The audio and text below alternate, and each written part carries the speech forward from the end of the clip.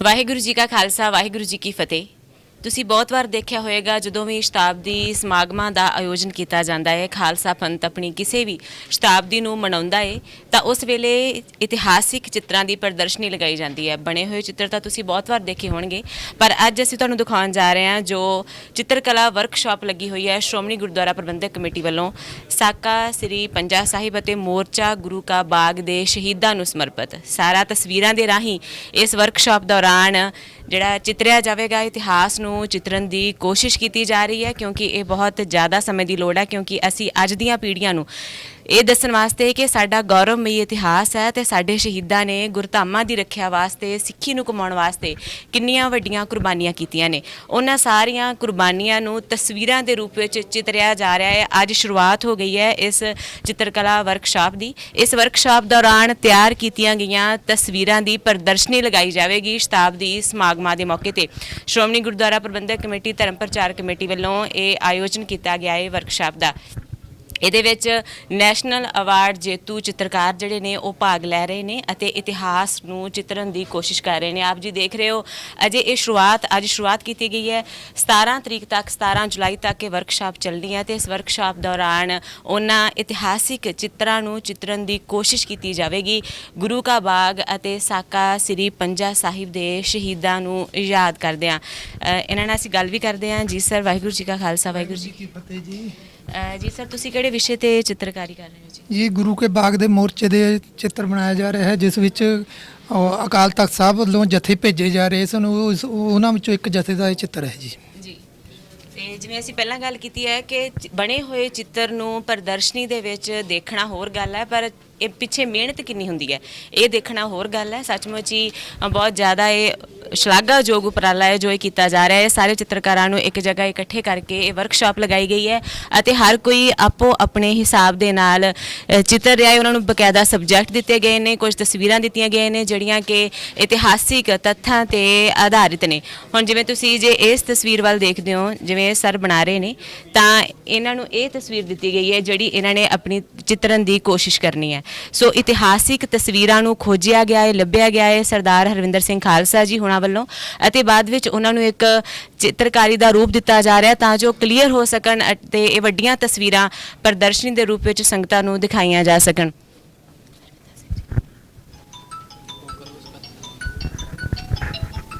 ਜਿਵੇਂ ਕਿ ਅਸੀਂ ਪਹਿਲਾਂ ਗੱਲ ਕੀਤੀ ਕਿ ਸ਼੍ਰੋਮਣੀ ਗੁਰਦੁਆਰਾ ਪ੍ਰਬੰਧਕ ਕਮੇਟੀ ਦਾ ਇਹ ਉਪਰਾਲਾ ਹੈ। ਸਾਡੇ ਨਾਲ ਇਸ ਵਕਤ ਸਕੱਤਰ ਸਰਦਾਰ ਗੁਰਮੀਤ ਸਿੰਘ ਜੀ ਵੀ ਮੌਜੂਦ ਨੇ। ਜੀ ਸਰ, ਤੁਸੀਂ ਕੀ ਕਹਿਣਾ ਚਾਹੋਗੇ ਜੋ ਇਹ ਵਰਕਸ਼ਾਪ ਲੱਗੀ ਹੈ? ਬਹੁਤ ਵਧੀਆ ਗੱਲ ਹੈ। ਪ੍ਰਧਾਨ ਜੀ ਆਪਣੇ ਸ਼੍ਰੋਮਣੀ ਗੁਰਦੁਆਰਾ ਪ੍ਰਬੰਧਕ ਕਮੇਟੀ ਉਹਨਾਂ ਨੇ ਅੱਜ ਸ਼ੁਰੂਆਤ ਕਰਤੀ। ਉਦਘਾਟਨ ਹੋਇਆ ਸਿੰਘ ਸਾਹਿਬ ਜੀ ਦੀ ਹਾਜ਼ਰੀ ਵਿੱਚ ਤੇ ਬੜੀ ਖੁਸ਼ੀ ਹੋਣ ਡਈ ਹੈ ਵੀ ਇਹ ਚੀਜ਼ਾਂ ਜਿਹੜੀਆਂ ਨੇ ਆਪਣੇ ਸਿੱਖ ਵਿਰਸੇ ਨਾਲ ਰਿਲੇਟਡ ਨੇ ਤੇ ਸ਼ੁਰੂਆਤ ਹੋ ਗਈ ਹੈ ਤੇ ਚੱਲ ਹੁਣ 17 ਤਰੀਕ ਤੱਕ ਫਾਈਨਲ ਹੋਣਗੀਆਂ, ਫਿਰ ਪਤਾ ਲੱਗੇਗਾ। ਅੱਜ ਤੇ ਚਲੋ ਸ਼ੁਰੂਆਤ ਹੈ।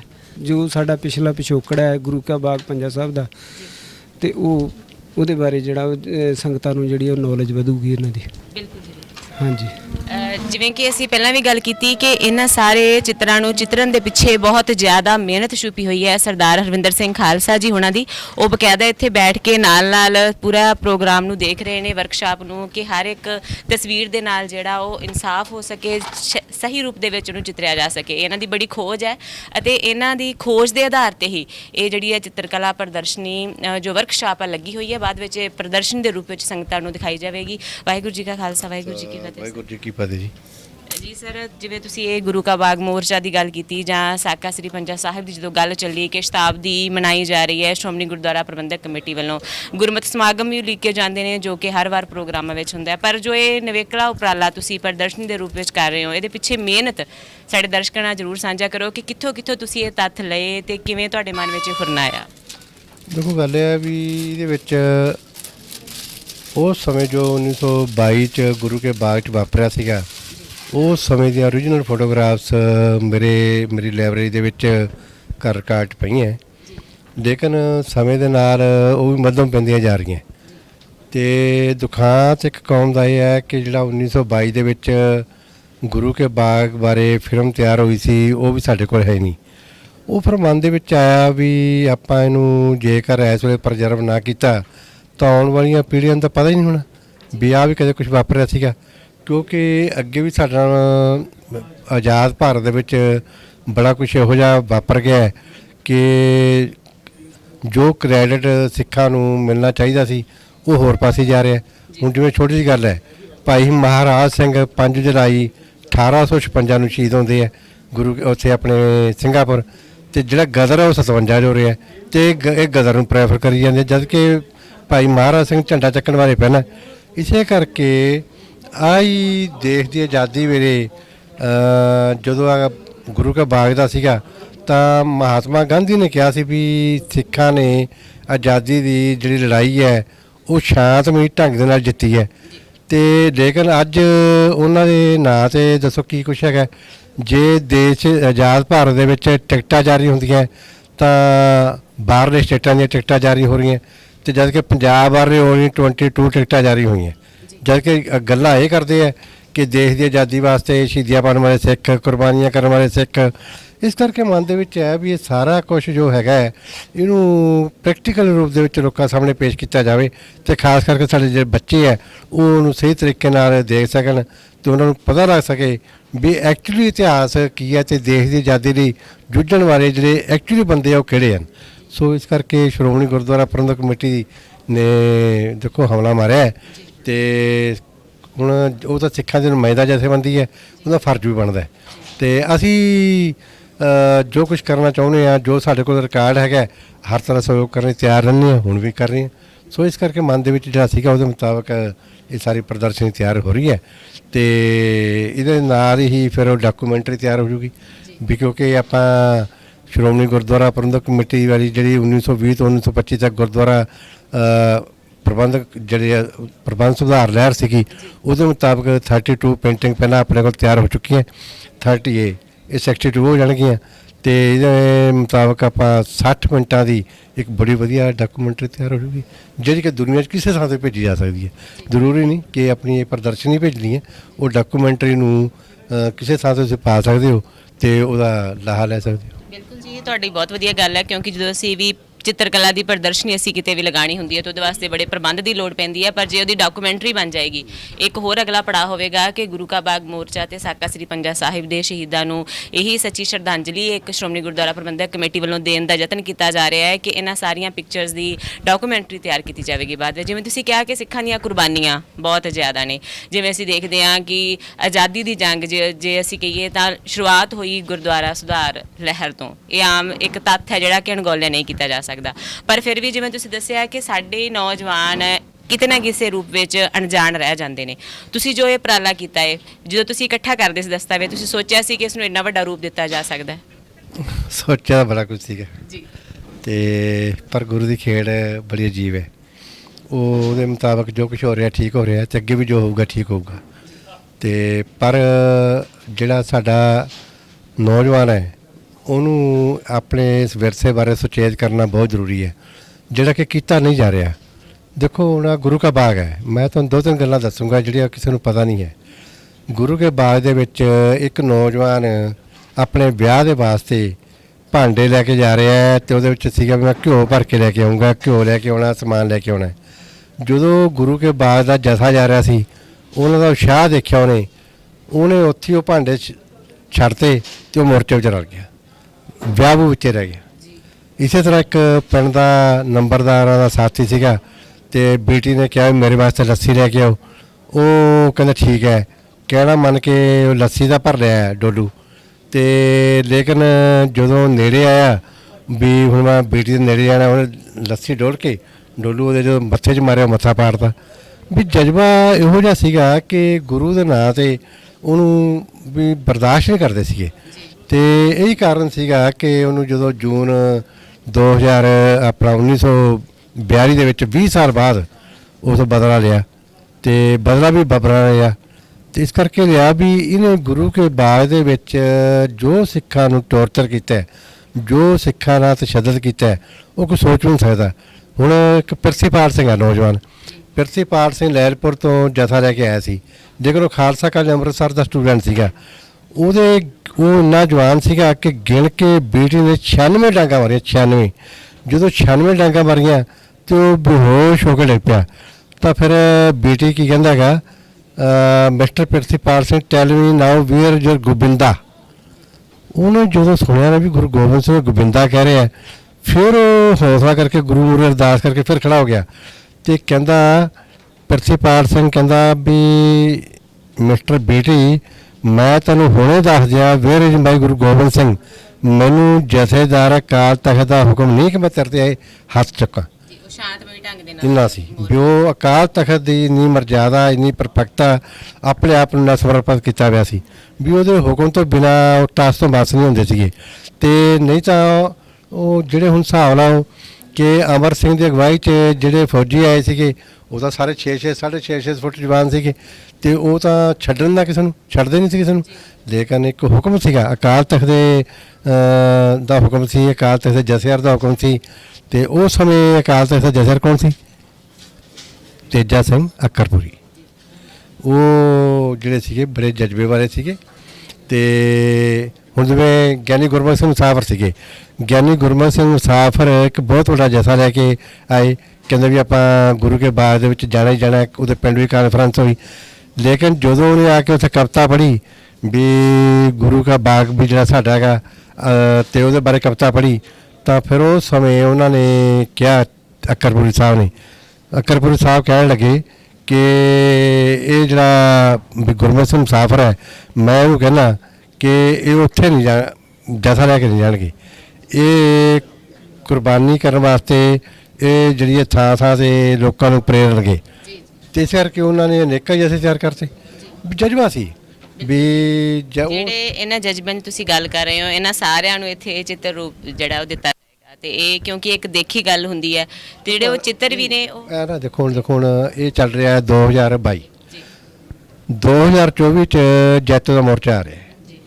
ਹੁਣ ਉਹਦੇ ਵਿੱਚ ਉਹ ਜਿਹੜਾ ਮੋਰਚਾ ਸਭ ਤੋਂ ਲੰਮਾ ਮੋਰਚਾ ਸੀਗਾ, ਉਹ 9 ਫਰਵਰੀ 1924 ਤੋਂ ਲੈ ਕੇ ਜਨਵਰੀ 1925 ਤੱਕ ਚੱਲਿਆ। ਉਹਦੇ ਵਿੱਚ 500 ਸਿੰਘਾਂ ਦੇ ਜਥੇ ਗਏ ਤੇ ਉਹਦਾ ਜੋ ਟੌਰਚਰ ਕੀਤਾ ਅੰਗਰੇਜ਼ ਨੇ, ਜੋ ਟੌਰਚਰ ਕੀਤਾ, ਉਹ ਤਾਂ ਸੁਣ ਕੇ ਹੀ ਬੰਦਾ ਕੰਬ ਜਾਂਦਾ। ਜਿਵੇਂ ਉਹਦੇ 'ਚ ਆਪਣਾ ਜਵਾਹਰ ਲਾਲ ਨਹਿਰੂ ਜਦੋਂ ਕਹਿੰਦਾ ਵੀ ਮੇਰੇ ਸਾਹਮਣੇ ਇੱਕ ਕੰਧ 'ਤੇ ਕੋਕਰੋਚ ਸੀਗਾ, ਵੀ ਉਹ ਕੋਕਰੋਚ ਨੂੰ ਦੇਖ ਕੇ ਮੈਂ ਸਾਰੀ ਰਾਤ ਸੌ ਨਹੀਂ ਸਕਿਆ। ਲੇਕਿਨ ਦੂਜੇ ਪਾਸੇ ਪਿੰਜਰਿਆਂ ਦੇ ਵਿੱਚ ਜਵਾਨ ਜਿਹੜੇ ਨੌਜਵਾਨ ਸੀਗੇ ਸਿੱਖ, ਉਹ ਸੀਗੇ, ਉਹਨਾਂ ਦੇ ਬਾਹਾਂ ਬੰਨ੍ਹੀਆਂ ਹੋਈਆਂ ਸੀ, ਉਹਨਾਂ ਉੱਤੇ ਠੂਏ ਵੀ ਚੜ੍ਹ ਰਹੇ ਸੀ, ਉਹਨਾਂ ਉੱਤੇ ਆਪਣੇ ਜਾਨਵਰ ਦੂਜੇ ਜਿਹੜੇ ਸੀਗੇ ਸੱਪ ਵਗੈਰਾ ਉਹ ਵੀ ਚੜ੍ਹ ਰਹੇ ਸੀ, ਲੇਕਿਨ ਉਹ ਫਿਰ ਵੀ ਚੜ੍ਹਦੀ ਕਲਾ ਵੀ ਸੀਗੇ। ਅਤੇ ਜਦ ਕਿ ਮੈਂ ਇੱਕ ਕੋਕਰੋਚ ਦੇਖ ਕੇ ਸਾਰੀ ਰਾਤ ਨੂੰ ਸੌ ਸਕਿਆ। ਉਹ ਆਪਣੀ ਆਟੋਬਾਇਓਗ੍ਰਾਫੀ ਦੇਖਦੇ। ਇਸ ਕਰਕੇ ਆਪਾਂ ਇਸ ਗੱਲ ਨੂੰ ਹਿਸਾਬ ਲਾਓ ਵੀ ਜਿਹੜਾ 1924 ਦਾ ਜੈਤੋ ਦਾ ਮੋਰਚਾ 100 ਸਾਲ 2024 ਜੇ ਉਹਦੀਆਂ ਉਹ ਸਮੇਂ 18 ਜਥੇ ਗਏ ਸੀਗੇ, 18 ਜਥੇ 500 ਸਿੰਘਾਂ ਦੇ ਗਏ ਸੀ। 18 ਦੀਆਂ 18 ਓਰੀਜਨਲ ਫੋਟੋਗ੍ਰਾਫਸ ਮੇਰੀ ਲਾਇਬ੍ਰੇਰੀ ਦੇ ਵਿੱਚ ਮੌਜੂਦ ਹਨ। ਉਹ ਹੁਣ ਜਦੋਂ ਕੱਢਾਂਗੇ ਉਹਨਾਂ ਜੋ ਟੌਰਚਰ ਹੋਇਆ, ਜੋ ਸ਼ਹੀਦ ਹੋਏ, ਉਹ ਇੱਕ ਆਪਣੇ ਇੱਕ ਵੱਖਰਾ ਰੰਗ ਹੈ। ਇਸ ਕਰਕੇ ਹੈ ਵੀ ਇਹ ਕੰਮ ਤਾਂ ਬਹੁਤ ਛੇਤੀ ਹੋ ਜਾਣਾ ਚਾਹੀਦਾ ਸੀ, ਪਹਿਲਾਂ ਹੋ ਜਾਣਾ ਚਾਹੀਦਾ ਸੀ, ਲੇਕਿਨ ਕੋਈ ਗੱਲ ਜਿਵੇਂ ਸਮੇਂ ਦੇ ਮੁਤਾਬਕ। ਤੇ ਜਿਹੜੇ ਹੁਣ ਇੱਥੇ ਕੋਈ ਤਸਵੀਰਾਂ ਜਿਹੜੀਆਂ ਤੁਸੀਂ ਜ਼ਿਆਦਾ ਤੁਹਾਨੂੰ ਲੱਗਦਾ ਹੁਣ ਕਿ ਇੰਟਰਸਟਿੰਗ ਨੇ, ਜਾਂ ਤੁਸੀਂ ਇੱਥੇ ਥੋੜ੍ਹਾ ਬਹੁਤਾ ਉਹਨਾਂ ਦਾ ਸ਼ੁਰੂ ਹੋ ਗਿਆ ਕੰਮ? ਇੱਕ ਗੱਲ ਦੱਸਾਂ ਮੈਂ ਤੁਹਾਨੂੰ, ਜੀ, ਉਹ ਲੋਕਾਂ ਨਾਲੋਂ ਮੇਰਾ ਇਹਦੇ 'ਚ ਫਰਕ ਹੈ। ਮੇਰੋ ਬਣਾਈ ਵੀ ਤਸਵੀਰ ਹਰ ਬੋਲਦੀ ਹੈ ਤੇ ਹਰ ਬੋਲਣ ਵਾਲੀ ਤਸਵੀਰ ਦਾ ਆਪਣਾ ਹੀ ਮਹੱਤਵ ਹੁੰਦਾ ਹੈ। ਤੇ ਕੋਈ ਵੀ ਤਸਵੀਰ ਇਹ ਨਹੀਂ ਹੈ ਜਿਹੜੀ ਮੈਂ ਕਹਾਂ ਵੀ ਉਹ ਘੱਟ ਆ ਜਾਂ ਵੱਧ ਹੈ। ਇਹ ਬੋਲਣ ਵਾਲੀਆਂ ਅੱਜ ਨਹੀਂ ਮੈਂ ਕੁਝ ਕਹਿ ਰਿਹਾ, ਲੇਕਿਨ ਅੱਜ ਤੋਂ 3 ਦਿਨਾਂ ਬਾਅਦ ਜਦੋਂ ਤਸਵੀਰਾਂ ਬੋਲਣਗੀਆਂ ਨਾ ਫਿਰ ਪਤਾ ਲੱਗ। ਅੱਜ ਦੇ ਸਮੇਂ ਦੇ ਵਿੱਚ ਜਦੋਂ ਅਸੀਂ ਸਿੱਖੀ ਜਜ਼ਬੇ ਦੀ ਗੱਲ ਕਰਦੇ ਹਾਂ ਤਾਂ ਇੱਕ ਮਿਸਾਲ ਨੇ ਸਰਦਾਰ ਹਰਵਿੰਦਰ ਸਿੰਘ ਖਾਲਸਾ, ਜਿਹੜਾ ਕਿ ਆਪਣੇ ਜੀਵਨ ਹੀ ਸਮਰਪਿਤ ਕੀਤਾ ਹੋਇਆ ਸਿੱਖੀ ਦੇ ਇਤਿਹਾਸ ਨੂੰ ਸਾਂਭ ਕੇ ਰੱਖਣ ਲਈ। ਕਿੰਨੇ ਯਤਨ ਕਰਦੇ ਨੇ ਇਹਨਾਂ ਕੋਲ। ਜਦੋਂ ਅਸੀਂ ਇਹਨਾਂ ਨਾਲ ਗੱਲ ਕਰਦੇ ਹਾਂ, ਪਰਸਨਲੀ ਇਹਨਾਂ ਨਾਲ ਮਿਲਦੇ ਹਾਂ, ਤਾਂ ਉਹ ਮੋਹਰਾਂ ਜਿਹੜੀਆਂ ਅਸੀਂ ਅਜਾਇਬ ਘਰਾਂ ਦੇ ਵਿੱਚ ਜਾਂ ਕਿਤੇ ਦੁਰਲਭ ਕਹਿ ਦਿੰਦੇ ਹਾਂ, ਉਹ ਵੀ ਇਹਨਾਂ ਕੋਲ ਮੌਜੂਦ ਨੇ। ਹਰ ਇੱਕ ਚੀਜ਼ ਇਹਨਾਂ ਕੋਲ ਮੌਜੂਦ ਹੈ। ਇਤਿਹਾਸ ਦਾ ਹਰ ਇੱਕ ਪੰਨਾ ਇਹਨਾਂ ਦੀ ਲਾਇਬ੍ਰੇਰੀ ਵਿੱਚ ਮੌਜੂਦ ਹੈ। ਸੋ ਬੜੇ ਭਾਵੁਕ ਨੇ ਇਹ, ਜਦੋਂ ਵੀ ਗੱਲ ਕਰਦੇ, ਇਤਿਹਾਸ ਦੀ ਗੱਲ ਕਰਦੇ ਨੇ, ਤਾਂ ਇਹਨਾਂ ਦੀ ਅੱਖਾਂ ਵਿੱਚ ਪਾਣੀ ਜ਼ਰੂਰ ਆਉਂਦਾ ਹੈ, ਕਿਉਂਕਿ ਇਹਨਾਂ ਨੂੰ ਲੱਗਦਾ ਹੈ ਕਿ ਸਾਡਾ ਇਤਿਹਾਸ ਬੜਾ ਬੇਮਿਸਾਲ ਹੈ ਤੇ ਲੋੜ ਹੈ ਸਾਨੂੰ ਆਪਣੇ ਇਸ ਇਤਿਹਾਸ ਦੇ ਨਾਲ ਜੁੜਨ ਦੀ। ਅਸੀਂ ਹੋਰ ਕੁਝ ਤਸਵੀਰਾਂ ਦੇਖ ਲੈਂਦੇ ਹਾਂ, ਜਿਵੇਂ ਕਿ ਅਜੇ ਭਾਵੇਂ ਸ਼ੁਰੂਆਤ ਹੈ, ਜਿਵੇਂ ਡਾਕਟਰ ਸਾਹਿਬ ਨੇ ਕਿਹਾ ਕਿ ਅਜੇ ਸ਼ੁਰੂਆਤ ਕੀਤੀ ਗਈ ਹੈ, ਪਰ ਕਿੱਦਾਂ ਇਹਨਾਂ ਨੂੰ ਜਿਹੜਾ ਚਿੱਤਰ ਰੂਪ ਦਿੱਤਾ ਜਾਵੇਗਾ।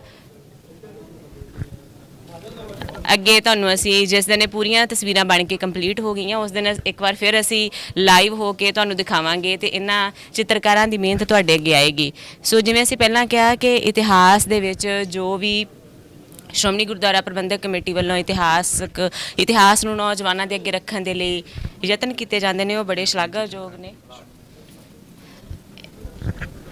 ਅਸੀਂ ਗੱਲ ਕਰਦੇ ਹਾਂ ਚਿੱਤਰਕਾਰ ਸਾਹਿਬ ਜੀ ਨਾਲ। ਜੀ ਵਾਹਿਗੁਰੂ ਜੀ ਕਾ ਖਾਲਸਾ ਵਾਹਿਗੁਰੂ ਜੀ ਕੀ ਫਤਿਹ ਜੀ। ਜੀ ਸਰ, ਤੁਹਾਨੂੰ ਕਿਹੜਾ ਵਿਸ਼ਾ ਮਿਲਿਆ ਹੋਇਆ ਤੇ ਤੁਸੀਂ ਕੀ ਆਪਣੀ ਇਸ ਪੇਂਟਿੰਗ ਦੇ ਰਾਹੀਂ ਦਰਸਾਓਗੇ? ਇਹ ਮੈਨੂੰ ਵਿਸ਼ਾ ਦਿੱਤਾ ਗਿਆ ਹੈ ਗੁਰੂ ਕੇ ਬਾਗ ਦੇ ਮੋਰਚੇ ਦਾ। ਇਹ ਉਸ ਸਮੇਂ ਜਦੋਂ ਉਹਨਾਂ ਨੂੰ ਟੌਰਚਰ ਕੀਤਾ ਜਾ ਰਿਹਾ ਸੀ, ਲਾਠੀ ਚਾਰਜ ਹੋ ਰਿਹਾ ਸੀ, ਉਸ ਸਮੇਂ ਨਾ ਇਹ FC ਐਂਡਰਿਊਜ਼ ਉਸ ਸਮੇਂ ਇਹ ਹੈਗਾ ਸੀ, ਪਾਦਰੀ ਸੀਗਾ। ਇਹਨੇ ਜਦੋਂ ਉੱਥੇ ਵੇਖਿਆ ਨਾ ਜਾ ਕੇ ਸਾਰਾ ਮਾਹੌਲ ਤੇ ਇਹਨੂੰ ਨਾ ਬੜਾ ਮਾਯੂਸ ਹੋਇਆ, ਤੇਰੀ ਅੱਖਾਂ 'ਚੋਂ ਅਥਰੂ ਆ ਗਏ ਸੀ ਵੇਖ ਕੇ ਇਸ ਜਿਹੜਾ ਟੌਰਚਰ ਵੇਖ ਕੇ। ਇਹ ਉਹ ਵਿਸ਼ਾ ਵਿੱਚ ਹੈ, ਮੈਂ ਦਿਖਾਇਆ ਵੀ ਇਹਦੇ ਵਿੱਚ ਟੌਰਚਰ ਹੋਇਆ ਤੇ ਇਹ ਖੜਾ ਸਾਹਮਣੇ ਜਿਹੜਾ ਨਾ ਇਹ ਵੇਖ ਰਿਹਾ ਹੈਗਾ ਤੇ ਇਹ ਸਾਰਾ ਮਾਹੌਲ ਜਿਹੜਾ ਨਾ ਮੈਂ ਇਹ ਕ੍ਰੀਏਟ ਜਿਹੜਾ ਕਰਦਾ ਪਿਆ ਦੇ ਵਿੱਚ ਸਾਰਾ ਇਹ ਬੜਾ। ਹਾਂਜੀ, ਇਹ ਵਿਸ਼ਾ ਮੈਨੂੰ ਦਿੱਤਾ ਗਿਆ ਸੀ ਸਾਰਾ। ਇਹ ਦਿਖਾਇਆ ਵੀ ਦੇਖੋ ਸਿੱਖ ਜਿਹੜੇ ਹੈਗੇ ਨੇ ਉਹ ਥੱਲੇ ਡਿੱਗੇ ਪਏ ਨੇ, ਉਹਨਾਂ ਨੂੰ ਜਿਹੜੀ ਲਾਠੀ ਚਾਰਜ ਹੋ ਰਿਹਾ ਹੈਗਾ ਤੇ ਇਹ ਮੈਂ ਹਜੇ ਕੰਪਲੀਟ ਡਰਾਇੰਗ ਕਰਦਾ ਪਿਆ। ਇਹਨੂੰ ਹਜੇ 3-4 ਦਿਨ ਜਿਹੜੇ ਜਿੰਨਾ ਕੁ ਟਾਈਮ ਸਾਨੂੰ ਦਿੱਤਾ ਉਹਦੇ ਵਿੱਚ ਅਸੀਂ ਇਹ ਕੰਪਲੀਟ ਕਰਨੀ ਹੈਗੀ ਆ। ਇਹ ਜੋ ਬਣ ਜਾਏਗੀ ਫਿਰ ਤਾਂ ਉਹਦੇ ਵਿੱਚ ਤੁਹਾਨੂੰ ਪਤਾ ਲੱਗਿਆ ਵੀ ਇਹਦੇ ਵਿੱਚ ਕੀ ਚੀਜ਼ ਮੈਂ ਦਰਸਾ ਰਿਹਾ ਹਾਂ ਸਾਰੀ। ਜੀ ਜੋ ਅਸਲ ਦ੍ਰਿਸ਼ ਹੈ ਉਹ ਤਾਂ ਬਾਅਦ ਵਿੱਚ ਹੀ ਸਾਹਮਣੇ ਆਏਗਾ, ਪਰ ਗੱਲ ਤਾਂ ਇਹ ਕਿ ਇਤਿਹਾਸ ਨੂੰ ਚਿਤਰਿਆ ਜਾ ਰਿਹਾ ਹੈ। ਇਤਿਹਾਸ ਦੀਆਂ ਕੁਝ ਭਾਵਨਾਵਾਂ ਜਿਨ੍ਹਾਂ ਤੋਂ ਰੂਬਰੂ ਹੋਣਾ ਹਰ ਇੱਕ ਸਿੱਖ ਦੇ ਲਈ ਜ਼ਰੂਰੀ ਵੀ ਹੈ, ਕਿਉਂਕਿ ਸਾਡੇ ਯੋਧਿਆਂ ਨੇ ਇੰਨੀਆਂ ਕੁਰਬਾਨੀਆਂ ਕੀਤੀਆਂ ਤੇ ਅਸੀਂ ਉਹਨਾਂ ਕੁਰਬਾਨੀਆਂ ਨੂੰ ਯਾਦ ਜਿਹੜਾ ਉਹ ਕਰਨਾ ਵੀ ਲਾਜ਼ਮੀ ਨਹੀਂ ਸਮਝਦੇ। ਸੋ ਹਰ ਕੋਈ ਲੱਗਿਆ ਹੋਇਆ ਹੈ। ਇਹ ਨੈਸ਼ਨਲ ਅਵਾਰਡੀ ਚਿੱਤਰਕਾਰ ਵੀ ਇੱਥੇ ਮੌਜੂਦ ਨੇ ਜਿਹੜੇ ਕਿ ਇਸ ਦੇ ਵਿੱਚ ਆਪਣੀਆਂ ਸੇਵਾਵਾਂ ਦੇ ਰਹੇ ਨੇ ਕਲਾ ਪ੍ਰਦਰਸ਼ਨੀ ਦੇ ਵਿੱਚ। ਹਰ ਕੋਈ ਉਲੀਕਣਾ ਚਾਹ ਰਿਹਾ ਹੈ ਉਹਨਾਂ ਪਲਾਂ ਨੂੰ ਜਦੋਂ ਗੁਰਦੁਆਰਾ ਸਾਕਾ ਸ੍ਰੀ ਪੰਜਾ ਸਾਹਿਬ ਅਤੇ ਮੋਰਚਾ ਗੁਰੂ ਕਾ ਬਾਗ ਦੇ ਸ਼ਹੀਦਾਂ ਨੇ ਕੁਰਬਾਨੀਆਂ ਕੀਤੀਆਂ ਆਪਣੇ ਗੁਰਧਾਮਾਂ ਦੀ ਰੱਖਿਆ ਲਈ। ਸ਼ਾਂਤਮਈ ਢੰਗ ਦੇ ਨਾਲ ਪ੍ਰਦਰਸ਼ਨ ਕੀਤਾ ਗਿਆ। ਆ ਗਿਆ ਜੀ।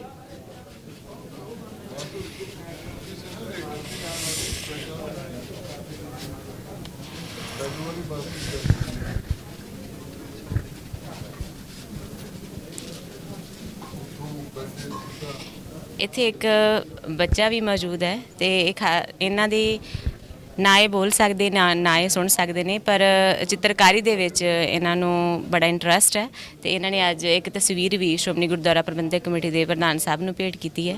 ਸੋ ਕਿਉਂਕਿ ਕਲਾ ਜਿਹੜੀ ਹੈ, ਕਲਾ ਨੂੰ ਸਿੱਖਣ ਦੇ ਲਈ ਇੱਕ ਜਜ਼ਬੇ ਦੀ ਲੋੜ ਹੁੰਦੀ ਹੈ। ਆਪਣੇ ਜਜ਼ਬਾਤਾਂ ਨੂੰ ਇੱਕ ਚਿੱਤਰਕਾਰ ਜਿਹੜਾ ਵਾ ਆਪਣੀ ਕੈਨਵਸ ਤੇ ਪੇਸ਼ ਕਰਦਾ ਹੈ, ਪਰ ਜਦੋਂ ਸਿੱਖ ਇਤਿਹਾਸ ਚਿੱਤਰਨ ਦੀ ਗੱਲ ਹੁੰਦੀ ਹੈ ਤਾਂ ਥੋੜਾ ਡਿਫਿਕਲਟ ਹੋ ਜਾਂਦਾ ਹੈ, ਕਿਉਂਕਿ ਇਤਿਹਾਸ ਦੇ ਨਾਲ ਇਨਸਾਫ ਕਰਨਾ ਜਿਹੜਾ ਵਾ ਉਹ ਹਰ ਇੱਕ ਚਿੱਤਰਕਾਰ ਚਾਹੁੰਦਾ ਹੈ ਕਿ ਇਤਿਹਾਸ ਦੇ ਨਾਲ ਇਨਸਾਫ ਹੋਵੇ ਅਤੇ ਦੇਖਣ ਵਾਲਾ ਉਸ ਦ੍ਰਿਸ਼ ਦੇ ਪ੍ਰਤੀ ਬਿਲਕੁਲ ਹੀ ਅਵੇਅਰ ਹੋ ਜਾਵੇ, ਉਸ ਦ੍ਰਿਸ਼ ਨੂੰ ਹੂਬਹੂ ਉੱਦਾਂ ਮਹਿਸੂਸ ਕਰੇ ਜਿੱਦਾਂ ਉਸ ਵੇਲੇ ਵਾਪਰਿਆ ਸੀ।